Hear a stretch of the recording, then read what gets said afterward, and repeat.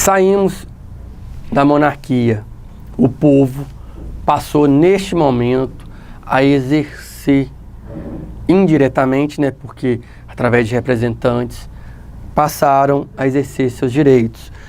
Quem era apto a exercer seus direitos políticos? Homens livres com idade de até 21 anos e que pagassem impostos. Era limitada ainda a algumas pessoas, mas já foi uma conquista assim enorme, porque antes era monarquia, era um governo absolutista, um governo com poder total, irrestrito, ilimitado. Agora os franceses passaram a eleger seus representantes. Sim, não eram todos que podiam votar, mas homens livres com 21 anos e que pagassem seus impostos podiam votar. Já foi uma conquista significativa que serviu de exemplo para as demais conquistas sociais em vários locais do mundo. Fora da Europa, na América, na Oceania, na África, na Ásia, enfim. Foi uma conquista abrangente, uma conquista de nível mundial. Outra coisa, senhores, acabou, de certa forma, com o poder amplo e geral da Igreja Católica. E passou agora, senhores, a dar direitos aos protestantes e judeus. Até então, senhores, os protestantes e judeus eram vistos como, com perdão da palavra, um lixo da sociedade. E agora eles passaram a ter garantidos alguns direitos.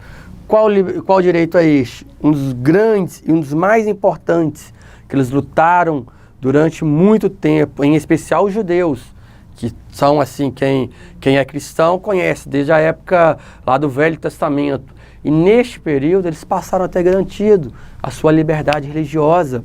Eles puderam professar sua fé, mesmo que não fosse a mesma na Igreja Católica. Eles puderam, a partir deste período, falar assim, olha, penso diferente, acredito em tal coisa, penso de tal forma. Então, assim, marcante. Também, senhores, passaram a poder assumir certos cargos, inclusive dentro do funcionarismo público. Existiam cargos, nessa época, que só poderiam ser exercidos por católicos, só quem professava a fé católica. Outras pessoas não tinham esse direito. Agora, esses direitos passaram a ser garantidos, inclusive dentro do funcionalismo público. Saiu da esfera privada e foi para a esfera pública, senhores. Senhores, durante determinado período a escravidão foi abolida. A França foi um dos países europeus um dos maiores colonizadores que a Europa teve. Exemplo disso que poucas pessoas sabem, exemplo atual agora, nós temos a Guiana Francesa, que é extensão territorial da França.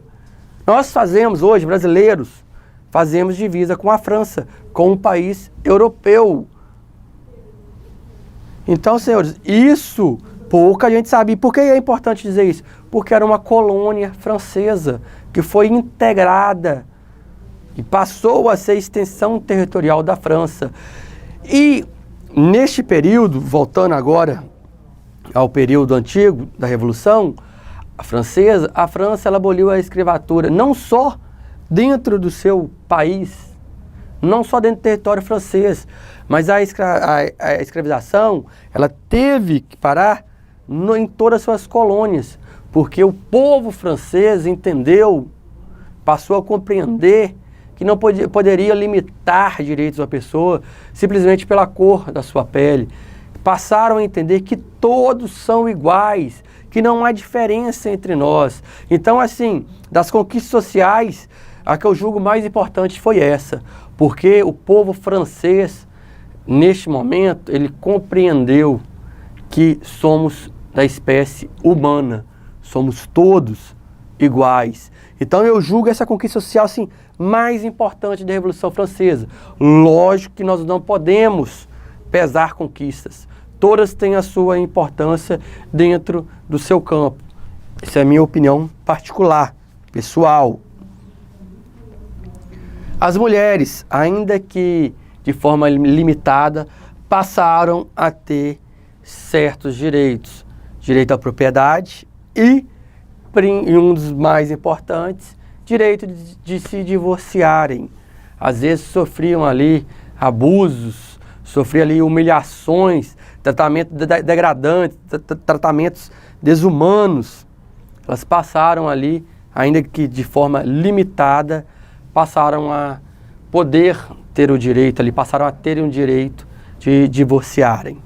Então, Declaração da Virgínia e Declaração dos Direitos do Homem e do Cidadão na Revolução Francesa, antes da Declaração Universal dos Direitos Humanos, julgo, opinião particular minha, serem os dois movimentos sociais mais importantes, assim, de nome mais importante para, assim, o crescimento dos direitos humanos. Vamos agora para a Declaração dos Direitos Humanos, Declaração Universal dos Direitos do Homem. Lembrando, senhores, quando eu falar direitos do homem, estou abrangendo homem e mulher, porque é comum falar direitos do homem, mas a maneira mais correta, correta de se dizer é direito dos humanos, tá bem? Como a Declaração Universal dos Direitos Humanos, como forma de manifestar publicamente um repúdio aos crimes contra a humanidade cometidos pelas nações derrotadas durante a guerra, os membros da ONU aprovaram em 1948 um documento intitulado Declaração Universal dos Direitos Humanos, este qual abarcava e promovia uma variada gama de direitos considerados fundamentais, incluindo aqueles presentes em famosas declarações históricas de direitos anteriores. Senhores, vou fazer uma correção aqui sobre o que está escrito. Fala pelas nações, olha aqui, como forma de manifestar publicamente um repúdio aos crimes contra a humanidade cometidos pelas nações derrotadas durante a guerra. Senhores, infelizmente não foram somente as nações derrotadas que cometeram absurdos contra os direitos humanos. Nós tivemos também nações vencedoras que, infelizmente, cometeram absurdos. Vou citar um exemplo da maior hoje, em termos de autoridade, maior nome do governo mundial, Estados Unidos das Américas. Senhores, uma forma de desrespeito assim enorme, que me dói o coração dizer isso. E vendo um documentário no meu curso de doutorado que o doutor Rabinovich passou em forma de desenho, senhores, aquilo fico todo arrepiado só de lembrar, me causa arrepios. Fico arrepiado só de lembrar. Os Estados Unidos, quando lançaram a bomba atômica no Japão, os Estados Unidos foi a nação vencedora. Quando eles lançaram a bomba atômica lá no Japão, foi tão planejado, eles queriam tanto mostrar o seu poder bélico, mostrar a sua imponência, a sua força militar, que só teve desculpa. No Japão ali, foi a desculpa o Japão estar do lado oposto. A guerra tinha acabado praticamente naquele momento, não havia necessidade. E pior, tanto Hiroshima quanto Nagasaki eram cidades ali de grande atividades sociais, grande número de escolas, grande número de hospitais, de creche. E, senhores, o efeito demoníaco daquela bomba só não foi maior porque o vento colaborou, porque os Estados Unidos jogaram a bomba, e essa bomba ela é jogada, pelo menos na época, com uma espécie de paraquedas. Ele ia caindo aos poucos. E eles planejaram jogar ela no ponto central dessas cidades. a destruição seria maior. Só que, graças ao bom Deus, o vento jogou a bomba um pouco para o lado e assim diminuiu um pouco dos efeitos. Mas me causa uma revolta jogar uma bomba em um país que era questão de, como é que eu posso dizer, formalidade, declarar rendição, porque já estava derrotado.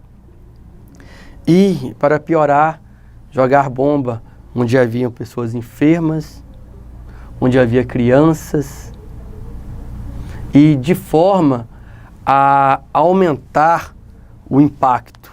Então, assim, não foi somente as nações vencedoras que cometeram afrontas contra os direitos humanos, não. Não foram só as nações, aliás, perdedoras que cometeram essas afrontas, não. As vencedoras cometeram também. E a Declaração Universal dos Direitos Humanos, ela foi feita após esses eventos, né, marcados por 2 guerras.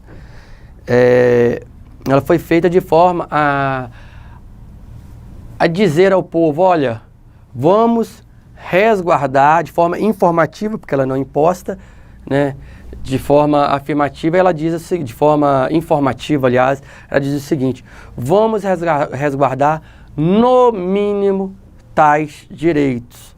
Quer dizer, toda nação pode ter ampliado os seus direitos, mas é aconselhável que ela garanta, no mínimo, alguns direitos. Direitos esses que estavam presentes em outras constituições de certos países, em convenções, enfim, em documentos de alguns países, a Declaração Universal dos Direitos Humanos, ela trouxe para o seu corpo.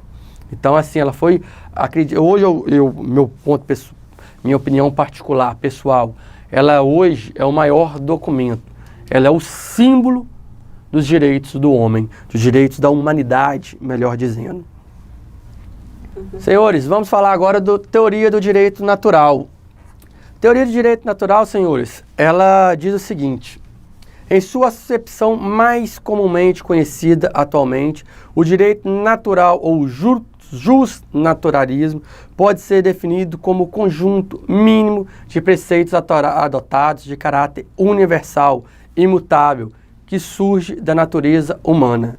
Senhores, melhor dizendo, você nasce com o seu direito. A teoria do direito natural diz o seguinte: você sabe, naturalmente, está implícito dentro do seu ser, seja por Deus, Jesus Cristo, se você é cristão, ou seja por uma força da natureza, conforme seja o seu credo, não sei. Mas o ser humano, ele nasce dentro de si, intrinsecamente, lá dentro do seu íntimo, conhecendo os seus direitos. Isto é a ideia do jus natural. O que são os direitos humanos? São a categoria de direitos básicos assegurados a todo e qualquer ser humano, não importando a classe social, raça, nacionalidade, religião, cultura, profissão, gênero, orientação sexual ou qualquer outra variante possível que possa diferenciar os seres humanos. Você é humano e isso basta. Você já tem garantido os seus direitos humanos.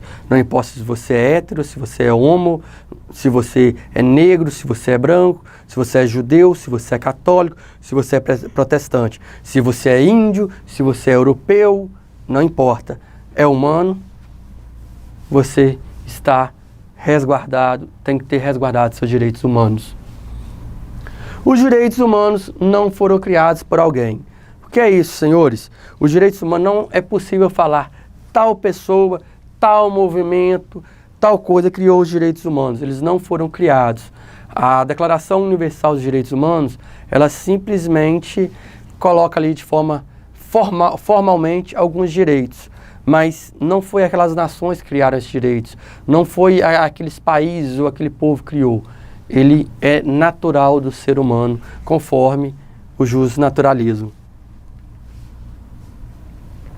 Conforme já dito, os direitos humanos são universais. Ele abrange todos. Basta pertencer à classe humana. E ele não é uma pessoa. Ele é algo irradiante, algo universal. Os direitos humanos não é a ONG, não é a ONU, os direitos humanos não é o Brasil, os direitos humanos não é os Estados Unidos, não é a França. Os direitos humanos ele é universal, ele não é uma pessoa. Como surgiram os direitos humanos? Os direitos humanos, conforme já dito, nasce internamente em cada ser humano e ele foi sendo aumentado, foi sendo modernizado com o tempo. Ele foi, através das conquistas sociais, ele foi aumentando. Ok, senhores? Então não é uma forma simples de dizer como eles surgiram. Ele é uma conquista histórica.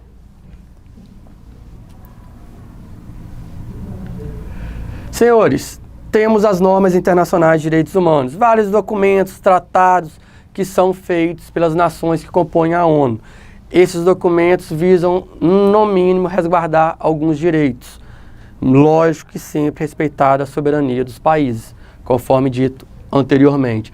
Como que uma pessoa segue os direitos humanos? Como que ela segue este tratado, essa convenção, este documento?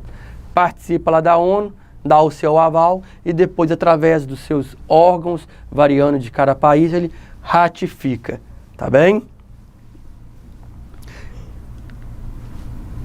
Direitos humanos no Brasil. Conforme dito, senhores, os direitos humanos no Brasil passou por um longo período de evolução histórica, desde as constituições até o que vivemos hoje. Infelizmente, ainda hoje presenciamos, aliás, alguns abusos em relação aos direitos humanos. Seja o mendigo sendo assassinado, sendo morto por uma pessoa de classe social mais elevada, simplesmente porque não gostou dele, seja através de políticos que nos roubam, que nos colocam aí à beira da morte, seja através do judiciário, que infelizmente em alguns momentos toma algumas atitudes desumanas, por exemplo, com venda de sentença, seja com um advogado que não exerce com qualidade, com zelo, com técnica adequada. Então, assim, os direitos humanos no Brasil são consagrados em nossa Constituição de forma ampla e geral, mas infelizmente ainda hoje vivemos diversos abusos a esses direitos.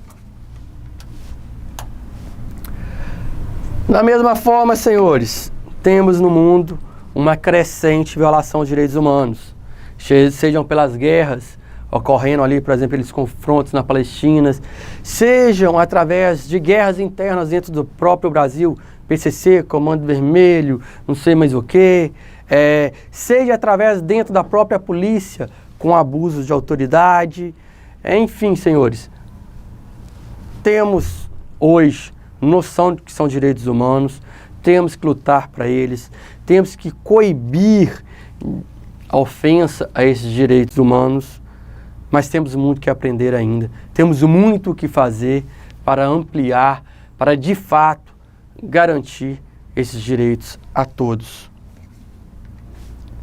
Senhores, no fim dos slides foi um pouco mais rápido devido ao pouco tempo, mas espero ter colaborado com o ensinamento, com a educação dos senhores.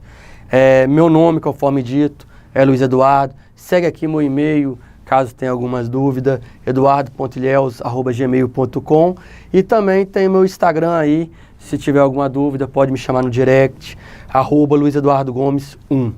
Foi um prazer estar aqui com os senhores, tenham uma ótima tarde, um ótimo dia, uma ótima noite. Satisfação em estar com os senhores. Abraço.